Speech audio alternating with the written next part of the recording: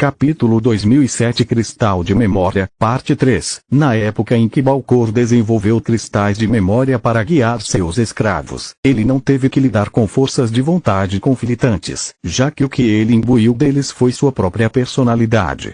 O limite de seu cristal de memória era que eles não poderiam ser usados por outras pessoas e que o conhecimento armazenado dentro deles não duraria muito. O método de Balcor consistia em armazenar os cristais dentro de um poderoso conjunto que os isolava da energia mundial. As pedras preciosas ficaram sem nada para se alimentar, exceto a formação mágica que era alimentada pelo mana de Balcor. A energia mundial armazenada dentro dos cristais seria lentamente substituída por seu feitiço, que estava imbuído de sua força de vontade, rancor e raiva, transformando-os em cristais de memória.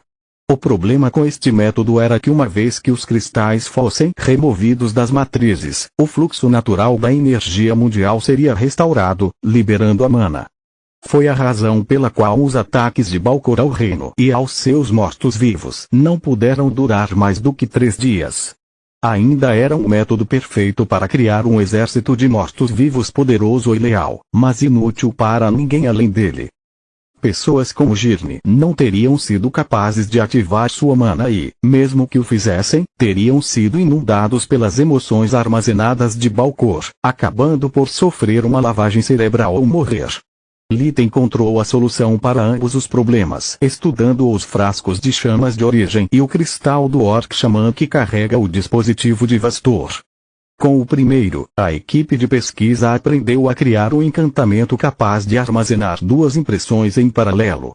O método permitiu que a força de vontade do criador das chamas de origem fosse retida sem interferir na do comprador. Para conseguir este efeito, apenas a metade interna do cristal/frasco teve que ser imbuída da força de vontade do conjurador, deixando a outra metade livre para hospedar a força de vontade do comprador graças a um isolante especial colocado entre as camadas. Para surpresa de ninguém, o insultante necessário era Darwin.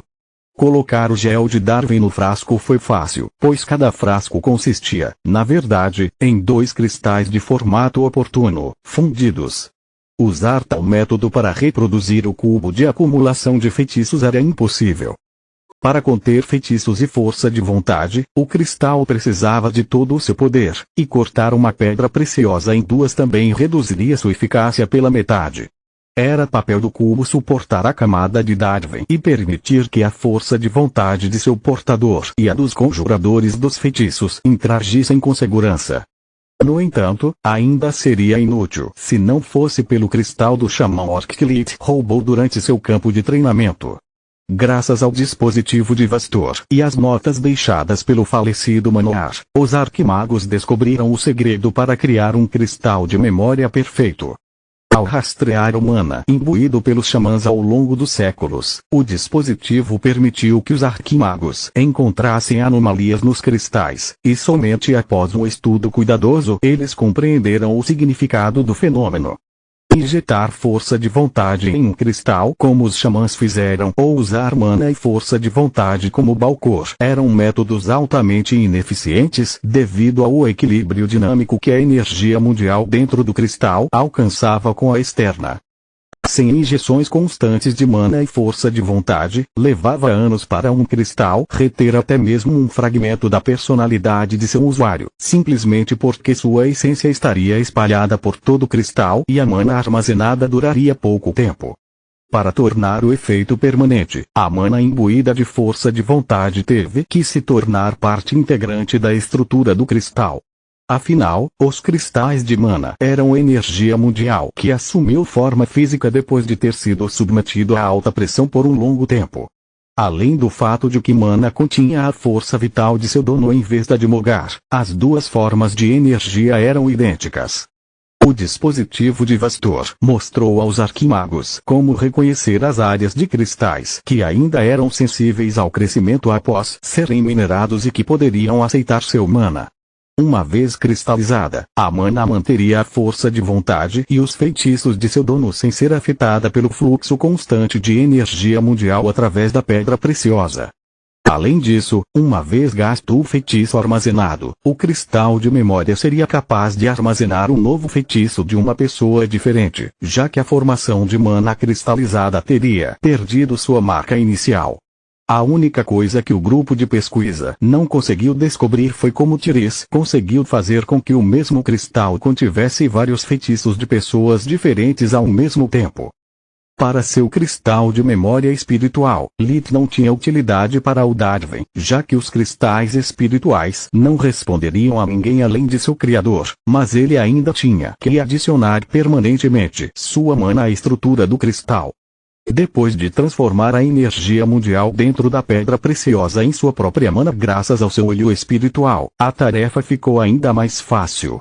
Ele só teve que lutar contra a pressão da energia mundial vinda de fora e garantir que ela não penetrasse no cristal antes de terminar.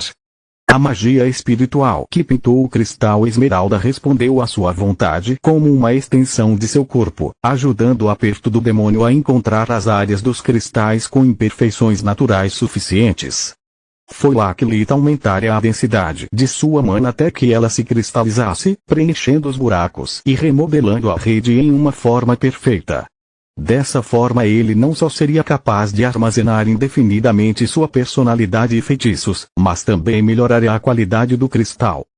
Solo se juntou a ele, usando sua ligação mental e o fato de que sua assinatura energética era a mesma para derramar sua mana também dentro das áreas certas da pedra preciosa, aumentando a pressão e acelerando o processo de cristalização. No entanto, ainda demoraram várias horas. Um geyser de mana levou séculos para condensar a energia mundial em um cristal, mas felizmente eles não tiveram que criar um do zero. Eles apenas tiveram que usar a estrutura de cristal já existente como andaime e preencher os espaços em branco. O processo exigia foco incansável, em vez de força bruta. A mana teve que ser focada nas imperfeições e Lilith e Solos tiveram que manter a pressão alta o suficiente para condensar lentamente. As alterações que causaram foram tão pequenas que eram invisíveis a olho nu e até mesmo a técnica de respiração. Sem o dispositivo de Vastor, eles nunca teriam descoberto as anomalias no cristal do Orc. E sem o conhecimento de Balcor sobre os cristais de memória, eles nunca teriam entendido seu significado. Depois de encarar Lilith e Solos com visão de vida por um tempo e não conseguirem entender o que estava acontecendo, os outros ficaram entediados. Eles saíram da forja, deixando um bilhete pedindo a Lilith que ligasse para eles antes de completar o golem. Observar alguns magos grunhindo e olhando para um cristal era tão interessante quanto observar a tinta secar. Se o processo para criar um cristal de memória espiritual é tão longo e você não tinha a intenção de compartilhar os detalhes conosco desde o início, por que não fez isso antes do processo de forjaria?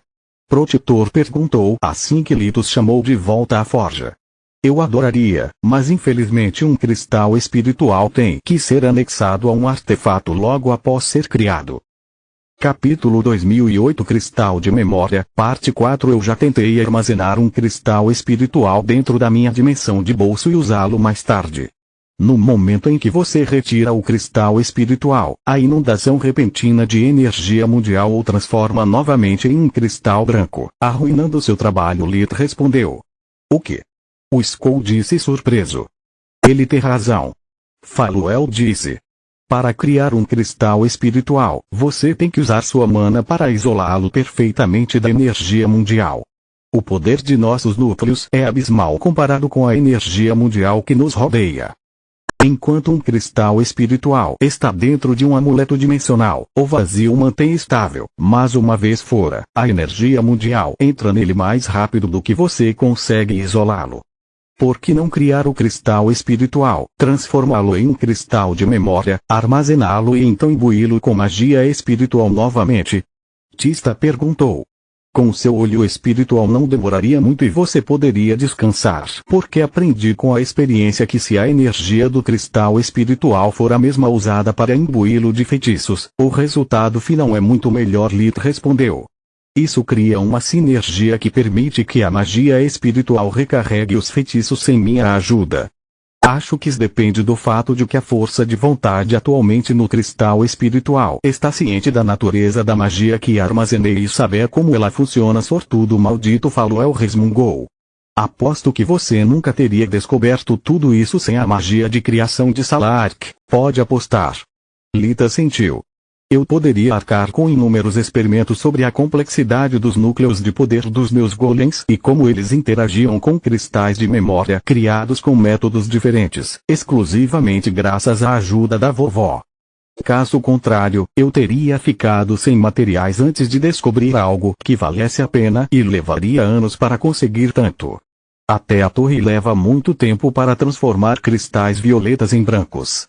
Lid colocou o cristal de memória espiritual na cavidade do abdômen do Vagrash, onde antes estava seu núcleo de mana.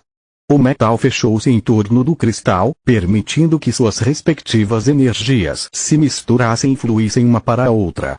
A camada isolante de Lid foi quebrada, mas graças à impressão, Raptor transformou a energia mundial que absorveu em sua mana.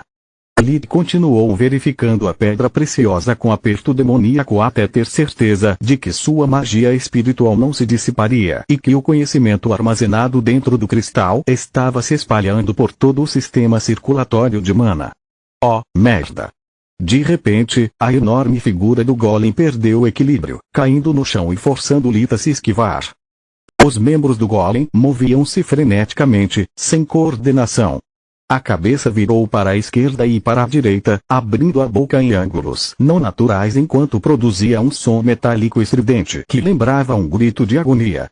Achei que você tivesse dito que isso era diferente de criar vida.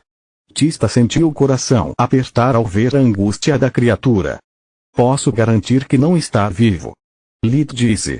Então por que ele sente tanta dor e se mexe como um inseto caído?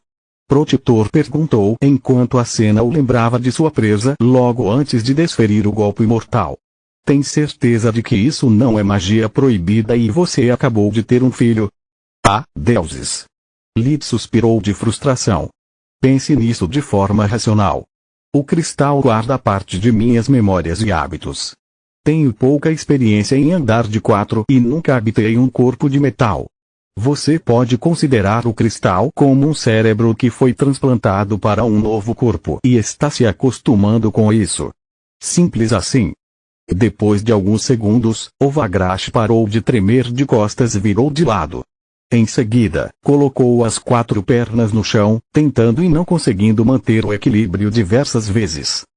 O golem se comportou como um bebê aprendendo a engatinhar, mas sua taxa de aprendizado foi muito mais rápida. Demorou menos de 1 minuto para se levantar adequadamente e apenas um pouco mais para se movimentar sem vacilar. Qual o seu nome?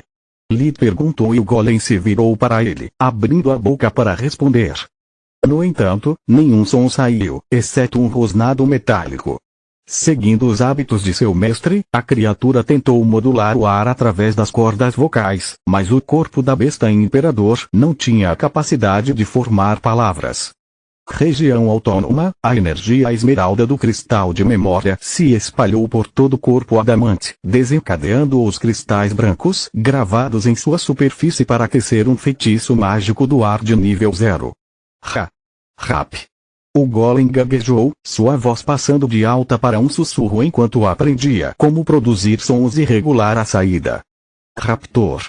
Meu nome é Raptor. Disse enquanto olhava para Lid e ignorava todos os outros. Quais são as minhas ordens? Acostume-se com este corpo. Você precisa aprender a correr, voar e usar cada encantamento que eu imbuí em você. Lid disse e o golem assentiu. Vá para o campo de treinamento e certifique-se de não machucar ninguém. Retorne à sua cápsula de recarga no momento em que sua energia atingir 10%. Quando estiver totalmente carregado, retome o treinamento até obter domínio total sobre suas habilidades. Reconhecido. Raptor flexionou a cauda ao sair, seus movimentos mais ágeis e menos desajeitados a cada passo que dava. Sou eu ou essa coisa é assustadora pra caralho? Glória disse. Ele não mostra expressão nem emoção. Até sua voz é monótona. É intencional, Lid disse. Desta forma fica claro que Raptor não é um ser vivo e não desperta simpatia. Isso pode funcionar se você planeja usá-los apenas no campo de batalha, mas se você mantiver os golems em casa, eles vão assustar as crianças até a morte. Sabemos o que é uma construção, enquanto Aran e Leria verão apenas um gatinho enorme. Tista disse. Pensaremos nisso mais tarde. Solos respondeu. Estou exausta e amanhã temos que trabalhar em Trouble. É melhor descansarmos um pouco. O grupo gemeu, mas com a guerra dos grifos em andamento, o tempo era essencial. Além disso, embora Lith não tivesse divulgado todos os detalhes de seu procedimento, Faluel ainda aprendeu algumas coisas observando-o trabalhar. Sua esperança era encontrar uma maneira de fazer com a cabeça o que Lith fazia com os olhos. Quanto aos outros, eles nunca sonharam com um procedimento de forjamento de tão alto nível. O que Lith compartilhou com eles fortaleceria suas bases mágicas nos próximos meses. Além disso, os efeitos revigorantes da torre, juntamente com a prática de criar núcleos parciais, permitiram-lhes testar suas habilidades e descobrir seus limites atuais. O procedimento exigia que eles mantivessem uma produção constante e poderosa de mana e um bom controle sobre as runas, sem nunca perder o foco. Esses eram os 3 aspectos principais da magia que as pessoas com um núcleo azul brilhante precisavam dominar para alcançar o violeta. Eles já sabiam sobre fundição corporal, mas não tinham ideia de como realizá-la. O processo de forjaria não continha nenhuma pista sobre o segredo do núcleo violeta, mas enfatizava os ramos da magia que lhes faltavam. Continua no próximo vídeo.